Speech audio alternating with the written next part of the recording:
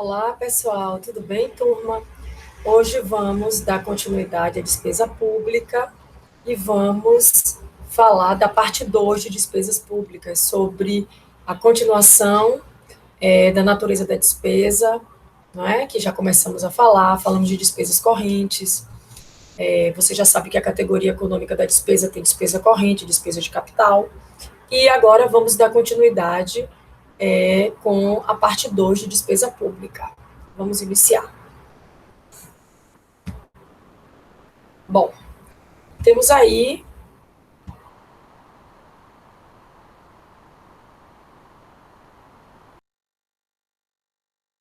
vamos ver aqui, está entrando. Isso. Fazendo a rápida revisão sobre natureza da despesa, que é a classificação que vamos, digamos assim, de fato, estudar aqui, e aí vamos iniciar como natureza econômica, o que será adquirido, qual é o efeito econômico do gasto. Já vimos que é a categoria econômica da despesa. Né? Então, a gente está fazendo uma recapitulação da aula passada. Então, a classificação da despesa em categorias econômicas tem por finalidade identificar o efeito econômico da realização da despesa. Ou seja, foi realizado em que aqueles gastos? Bom, foi pagamento de despesa de pessoal ou foi obras públicas, não é? Então, é nesse sentido, como é que foi, o que foi que o governo fez com esses gastos? E aí a categoria econômica, ela pode ser corrente ou pode ser de capital, né? Então, já vimos as despesas correntes e hoje vamos ver as despesas de capital. Percebam que as despesas correntes e as despesas de capital, a despesa corrente começa com 3 e despesa de capital 4, né? Primeiro número, 4. Despesa de capital. Conforme informa a portaria conjunta da Secretaria do Tesouro Nacional, classificam-se nessa categoria aquelas despesas que contribuem diretamente para a formação ou aquisição de um bem de capital. Então, um tipo de imobilizado que o ente público queira, de fato, adquirir, está dentro de despesa de capital. Um empréstimo que a entidade pública queira tomar está dentro, desculpe, um empréstimo que a entidade pública ela devolve está dentro de despesa de capital, né?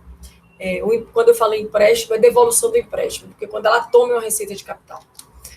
Então, quando ela constrói um monumento, quando ela constrói um hospital, quando ela constrói algum bem, isso é despesa de capital. E isso aumenta o patrimônio público através das despesas de capital. Então, podemos aqui dizer que são despesas geradas pelo incremento do patrimônio permanente ou pela amortização de dívidas. Olha aí, amortização de dívidas. Então, quando a gente devolve o empréstimo, né, a gente está tendo aí uma despesa de capital.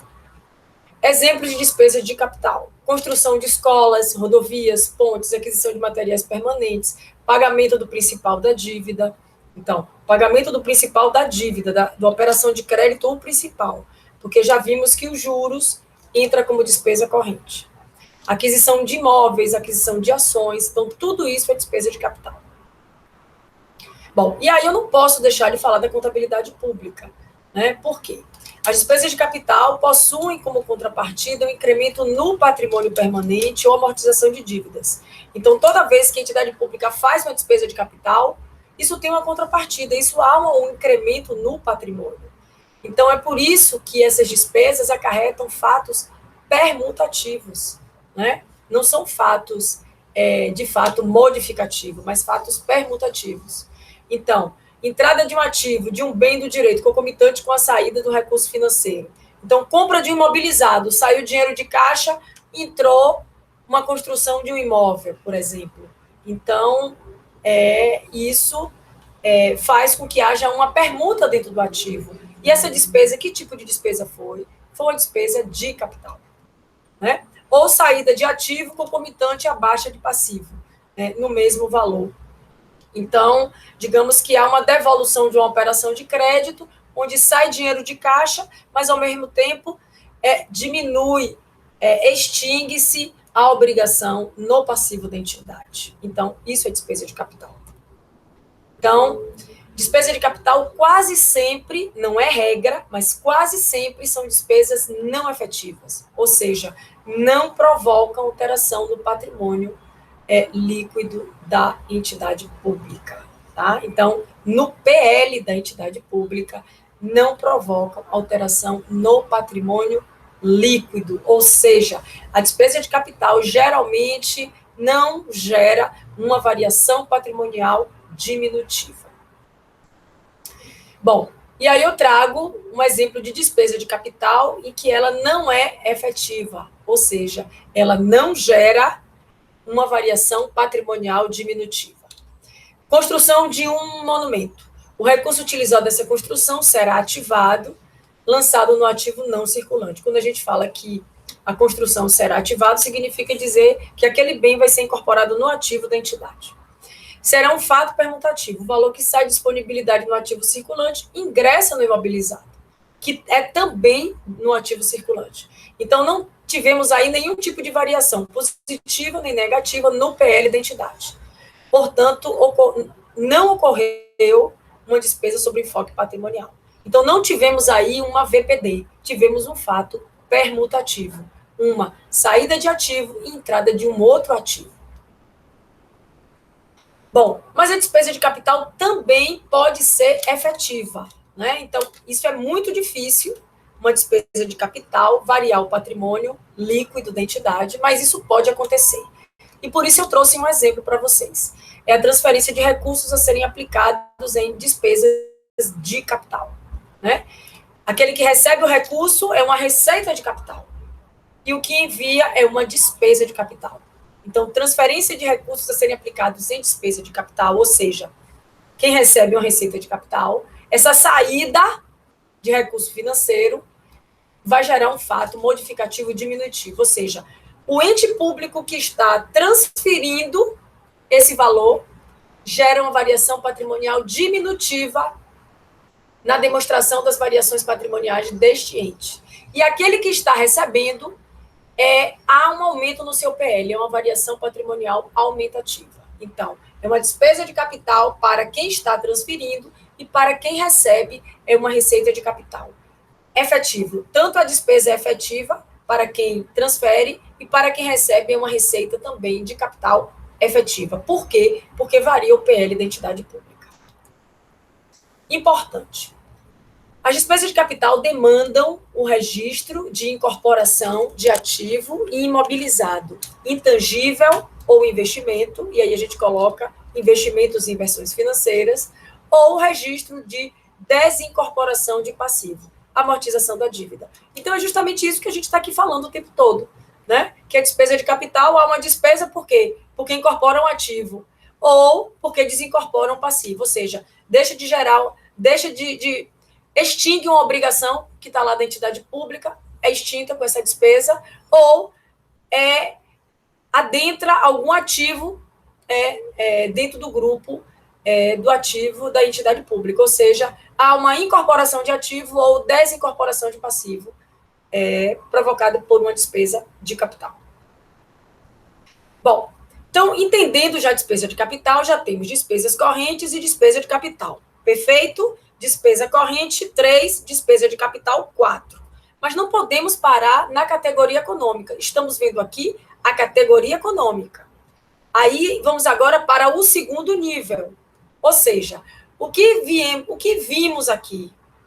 A categoria econômica, corrente de capital.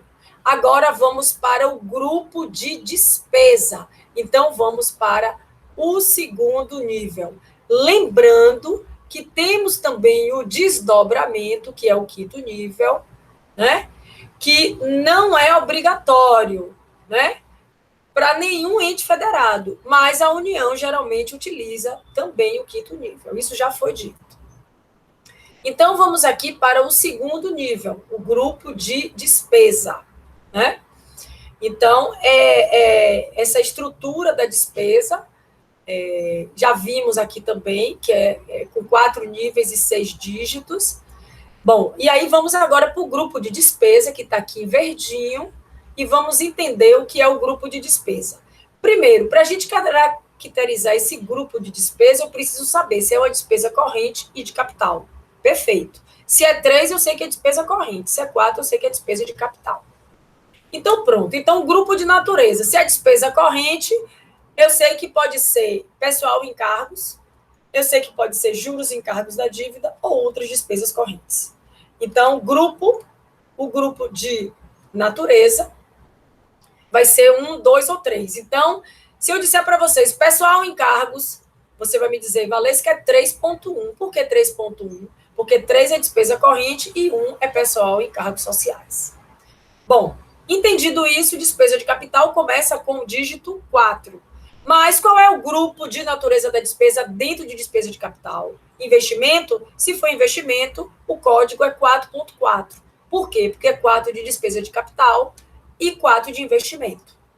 Bom, se for inversões financeiras, é 5, 4.5. Por quê? Inversão financeira está dentro de despesa de capital. E amortização da dívida também. Temos também a reserva de contingência, que é um grupo à parte, que não é considerado nem despesa corrente, nem de capital, que eu vou falar um pouco lá na frente, que é todo recurso direcionado para reserva, tanto de contingência para o RPPS, começa com dígito 9. Bom, e aí eu trouxe um exemplo para vocês de material de consumo, que o código é esse aí. O código é esse aí. Parece que estamos aonde? Estamos no segundo nível aí. Mas eu já estou dando um código para vocês verem como é que está no orçamento. E é esse código, turma, que estamos aprendendo aqui. Nesse momento, nós estamos no segundo nível ainda, ó. Estamos nesse 3.3, mas vamos aprender já já esse resto desse código aqui, tá bom? Então, estamos no segundo nível. Já vimos o primeiro nível, que pode ser despesa corrente ou de capital, e agora estamos no segundo nível, que temos despesa corrente, nós temos 3 desdobramentos, e despesa de capital, 3 desdobramentos. Nesse caso aí, compra de material de consumo está como grupo de despesa outras despesas correntes. Tá? Bom, destaques importantes sobre o grupo de despesa. Eu não poderia deixar de trazer essas notas para vocês, principalmente porque se trata de amortização da dívida pública, um tema muito importante, muito caro para nós, falar de dívida pública do Brasil, então eu precisava trazer isso para vocês. Então, despesa orçamentária com pagamento ou refinanciamento do principal e da atualização monetária ou cambial da dívida interna e externa, contratual ou imobiliária. Isso tudo é despesa de capital, tá? Então, refinanciar o principal da dívida, o que é refinanciar? É você tomar um novo empréstimo, tá? Para pagar esse empréstimo que você está devendo. Então, essa despesa que eu vou ter ao tomar esse novo empréstimo e vou pagar isso que eu estou devendo, essa despesa é uma despesa de capital, tá? Então, refinanciar significa financiar a dívida novamente. Então, o que eu quero dizer para vocês é que o principal, a atualização monetária e cambial da dívida pública é despesa de capital. Valesca que despesa corrente? Os juros. Os juros, sim, são despesas correntes. Bom, e as reservas? E aí é o código 9 que eu falei para vocês. Tá? Então, quando houver a identificação 9, significa dizer que esses recursos são direcionados para as reservas. Reserva de contingência e reserva do regime próprio de previdência do servidor. Significa que esse dinheiro é reservado para esses fins. E aqui eu quero enfatizar que as reservas, elas não são a terceira categoria econômica, tá? Isso cai muito em concurso, né? Porque despesa corrente é 3, despesa de capital é 4, aí coloca 9 reservas como terceira categoria econômica. Não. As reservas não são uma terceira categoria econômica. Apenas elas têm uma classificação específica, com 9, para se saber que aquele dinheiro, aquele recurso público é para as reservas. Então, existe exclusivamente 2 categorias econômicas, a despesa corrente e a despesa de capital. Quando os recursos não forem despendidos, mas apenas direcionados para as reservas, receberão o código 9, indicando que se trata de uma reserva. Então, agora vocês já sabem que quando tiver lá uma despesa que tenha 9, vocês já sabem que é direcionado para reserva. Tá? E aí está lá, dentro do grupo de natureza, as três primeiras temos 1, 2, 3, que é despesa corrente, 4, 5, 6, despesa de capital, e o 9, reserva de contingência, e temos também a reserva do RPPS, como eu coloquei aqui o texto que eu tirei exatamente da portaria, eu trouxe aqui na íntegra a portaria, o que tem lá na portaria, falando sobre o código 9, tá? Então, é isso aí. E aí, para não esquecer, pagamento da dívida, né? Os juros da dívida, despesa corrente, está dentro de juros e encargos da dívida. Demais valores decorrentes, amortização, atualização monetária ou cambial, despesa de capital. Tá certo? Então, demais valores decorrentes e juros é despesa corrente. Amortização e atualização monetária ou cambial, despesa de capital. E aí está dentro do grupo amortização da dívida. E juros está dentro de juros e encargos da dívida. Tá bom? Então, não esqueça. Isso é questão de prova. E vamos à primeira questão do dia. Vamos lá. Com relação à natureza da despesa orçamentária, a reserva de contingência não é classificada como despesa corrente nem como despesa de capital. Bom, agora a gente já sabe, não é? Essa é uma questão que não é minha, é uma questão da CESP, e acabamos de falar sobre isso. Bom, o que é que vocês acham? Isso é verdadeiro ou isso é falso?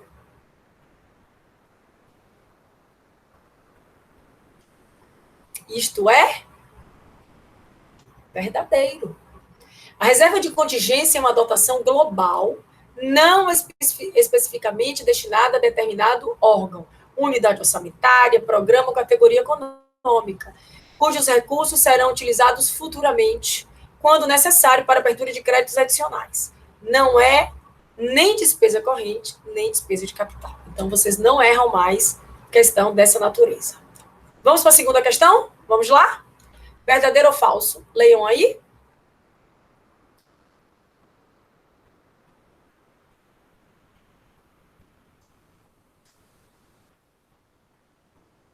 Essa é uma questão pulha.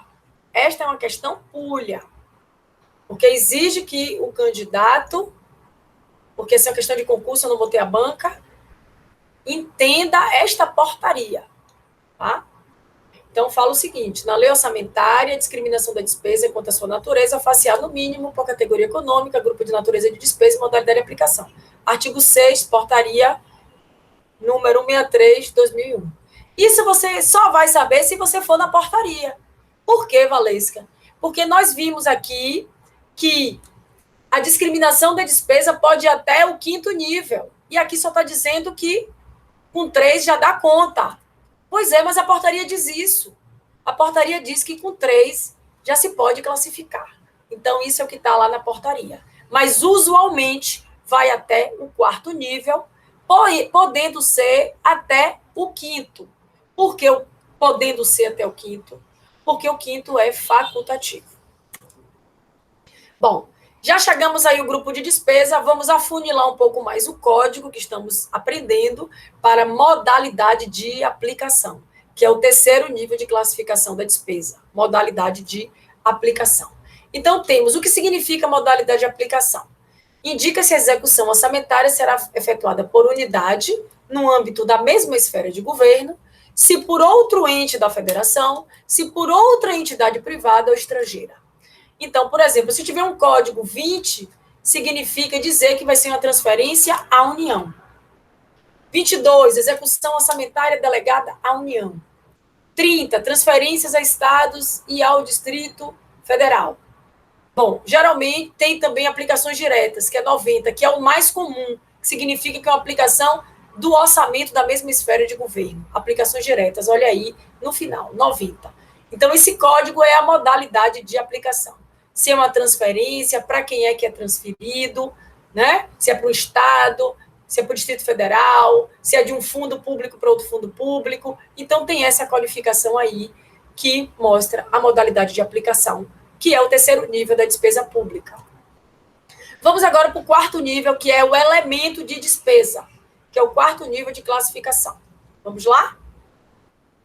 Bom, o quarto nível de classificação, que é o elemento da despesa, identifica exatamente, gente, o objeto do gasto, né? Então, fala se é pessoal, se é material de consumo, pessoal em encargo, serviço de terceiros, obras e instalações, equipamentos. Então, percebam que tem aí nesta portaria de 2001, né, que diz o seguinte, 09, o que é 09 dentro de elemento de despesa? Salário família, né? O que é juros sobre a dívida por contrato? Número 21 é o elemento de despesa. Então, assim, material de consumo. Qual item de material de consumo? 30. Vimos lá naquele exemplo atrás, que o elemento de despesa vem lá com 30 no final, que é o elemento da despesa. Então, vocês percebem que o que estamos construindo aqui é o código da despesa pública, que começa com a categoria econômica e segue até o elemento de despesa, tá bom? Que é o quarto nível da despesa, que é o elemento de despesa. Então, eu trago aqui um exemplo. Temos aqui vencimentos e vantagens fixas, pessoal civil. Então, estamos falando aqui de despesa de pessoal, tá certo? E o elemento de despesa chamado número 11. Olhem aí, que está assim no quadradinho vinho. Vencimento e vantagens fixas pessoal. Número 11, que é o elemento de despesa. Como o desdobramento é facultativo, está lá 00.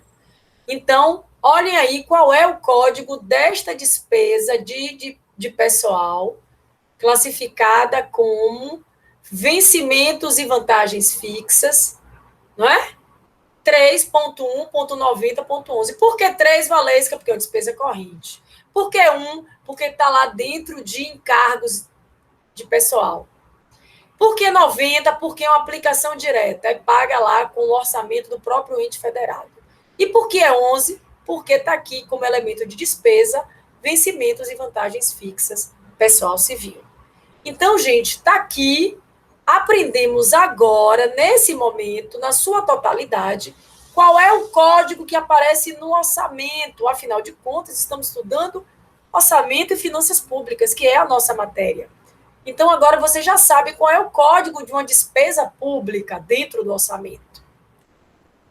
Vamos à questão 3? Vamos lá?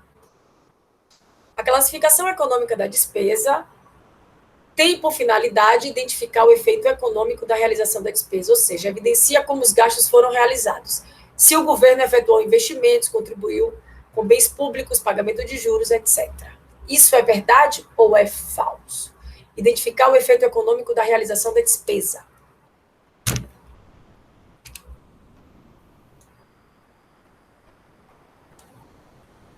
O que é que vocês acham? Isto é verdade. Vimos que é exatamente isso que a categoria econômica pretende. Qual é o efeito econômico dessa despesa, né? O que é que ela trouxe para o governo? Aumentou o patrimônio? Bom, então é uma despesa de capital. Não. Diminuiu o PL da entidade? Bom, isso pode ser uma despesa de pessoal. Então, é uma despesa corrente, né? Então, percebam que despesa corrente de capital, elas são muito diferentes. Enquanto uma traz, em grande medida, uma variação patrimonial no PL da entidade, a outra gera, basicamente, fatos permutativos. Troca de ativos, né? Então, assim, um aumento de um ativo, mas extinguindo uma obrigação, enfim. Então, aumento não, a diminuição do ativo porque diminuiu a obrigação. Então, é por aí, tá? E o quinto nível, que é facultativo, que fala sobre o desdobramento do elemento de despesa. Isso é facultativo, então nem todos os entes federados utilizam, tá? Bom, e aí eu trouxe mais uma vez, só para a gente colocar de uma forma mais nítida, material de consumo 3.3.90.30 e o XXX, que a gente basicamente é uma codificação que cada ente federado coloca, e aí, como eu trouxe de uma forma geral, eu coloquei aqui XXX, que pode ser combustíveis e lubrificantes automotivos. Ou seja, especifica mesmo no detalhe do que é que estamos falando. O que a entidade gastou naquela despesa 3.3.90.30? Material de consumo. Que tipo de material de consumo? Combustível. Então, tem entes federados que chegam até o 5º nível de detalhe. Tá? Bom, saindo aí da natureza da despesa, que acabamos de ver essa classificação, eu preciso falar com vocês sobre fonte de recursos, que é uma outra classificação importante da despesa. O que significa essa fonte de recursos? Qual é a pergunta que precisa ser respondida quando falamos em fonte de recursos? De onde virão os recursos para realizar a despesa? De onde é que vem esse dinheiro para realizar esta despesa? Então, vamos ver agora. Fonte e destinação dos recursos. É um instrumento de gestão da receita e da despesa ao mesmo tempo. Tá? Então, por isso que a gente fala de fonte e destinação. Da onde é que vem esse dinheiro e como é que ele vai se destinar. Pois tem como objetivo assegurar que determinadas receitas sejam direcionadas para financiar atividades, despesas do governo, em conformidade com leis que regem o tema. Então, ela na verdade, a finalidade mesmo é identificar para onde vai o dinheiro. Essa arrecadação foi para onde? Qual a destinação desse recurso? Tá? Bom, então aí, como ela está do lado da receita e da despesa, eu vou falar da receita e da despesa. Para a receita orçamentária, o que é que significa este código? Tem a finalidade de indicar a destinação de recursos para a realização de determinada despesa orçamentária. Então, indica para onde vai essa receita. Então, tem um código lá que diz, olha, receita tal. Já tem um código que diz, essa receita vai para tal despesa. Essa é uma receita dentro da fonte de destinação dos recursos. Para a despesa orçamentária, identifica a origem dos recursos que estão sendo utilizados. Bom, tem essa despesa aqui. Eu preciso classificar essa despesa pela destinação dos recursos. Bom, essa despesa aqui eu sei que veio daquela receita. Por quê? Porque aquela despesa